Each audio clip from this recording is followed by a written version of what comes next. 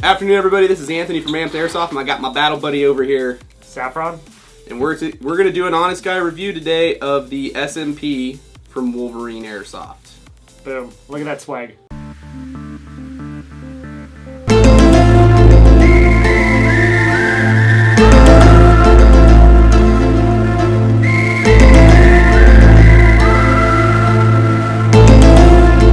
So, we're going over this. We've had a lot of questions about it, and we've had a lot of people wanting to know about it.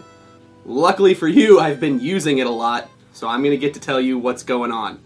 First of all, we're going to kind of explain it. The SMP is a single solenoid, single moving part HPA system. So, what this means is that if you have an M4 or an AK gearbox, any G or any V3 or V2 gearbox shell, doesn't matter what gun, you can pretty much, except for some really weird ones, you can take this internal set, drop it into your gun, and then now you have an HPA setup.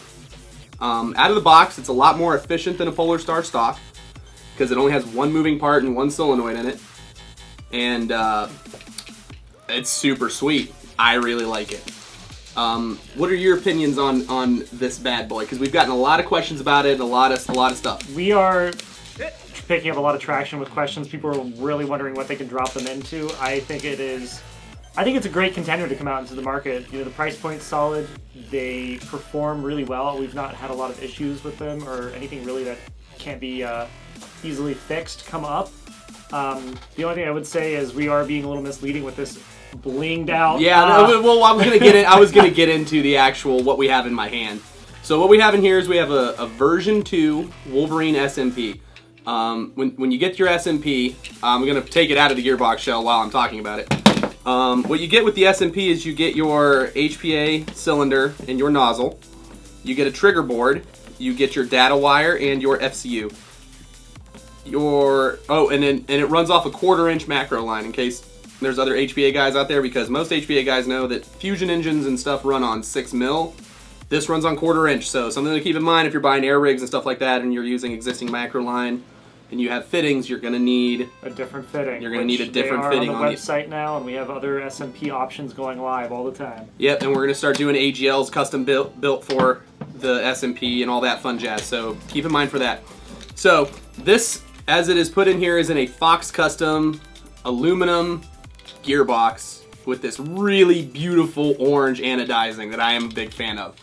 That's because it's the test model in here, and I got to put it in what I want, so that's what I chose.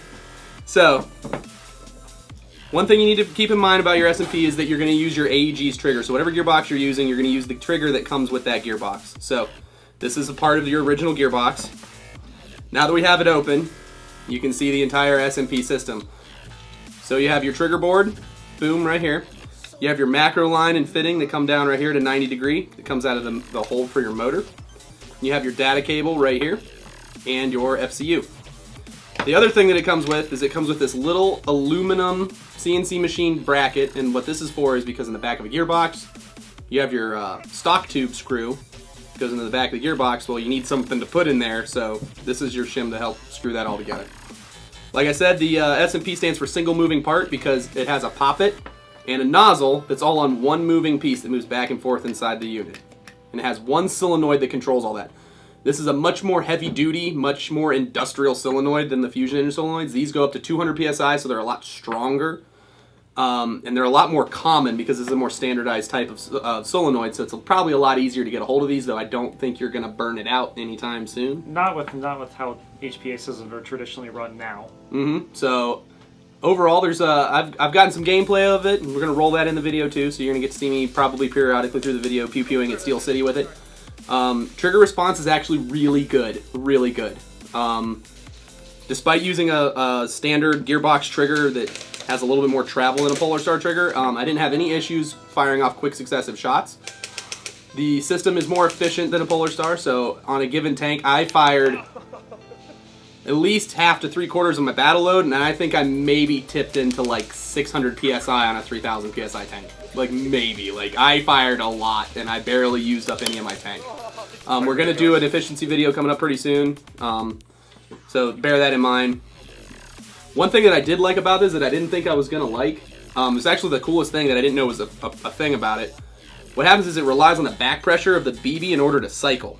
So as long as there's a BB in here, it'll help it cycle. When you run out of rounds, it makes a completely distinctive sound versus when there's a round in the chamber. It's completely different, so you know you're out of ammo. It actually keeps you from dry firing as much because then you know. I actually really like that.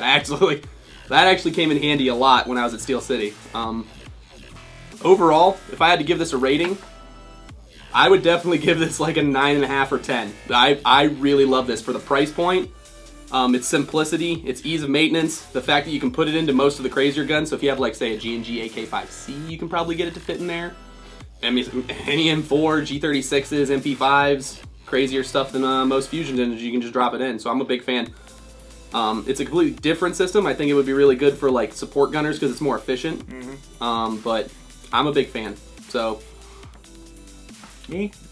I know you haven't got to play with it. I haven't much. got to play with it. I get to test shoot it a little bit. You got to test shoot it a little. It's actually really fun to shoot. I mean, rating wise, it wouldn't be fair for me to put on it. Like Anthony said, he's run it the most.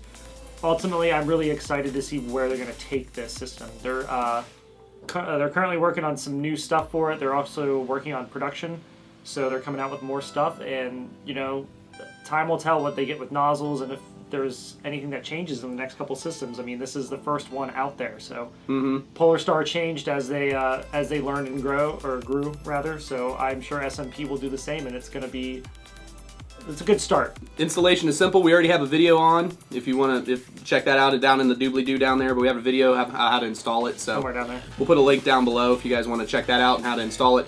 Otherwise, I love this thing wholeheartedly. I really do. I'm gonna get one. So this has been Anthony. Check us out on Facebook, YouTube, Amped Airsoft Official for Instagram, this is getting long. Twitter. Dude, I don't even. What else are we on? I don't know. Are we on Tumblr yet or something? No, we're not on Tumblr. We'll get there. No, we're not. We'll probably get there.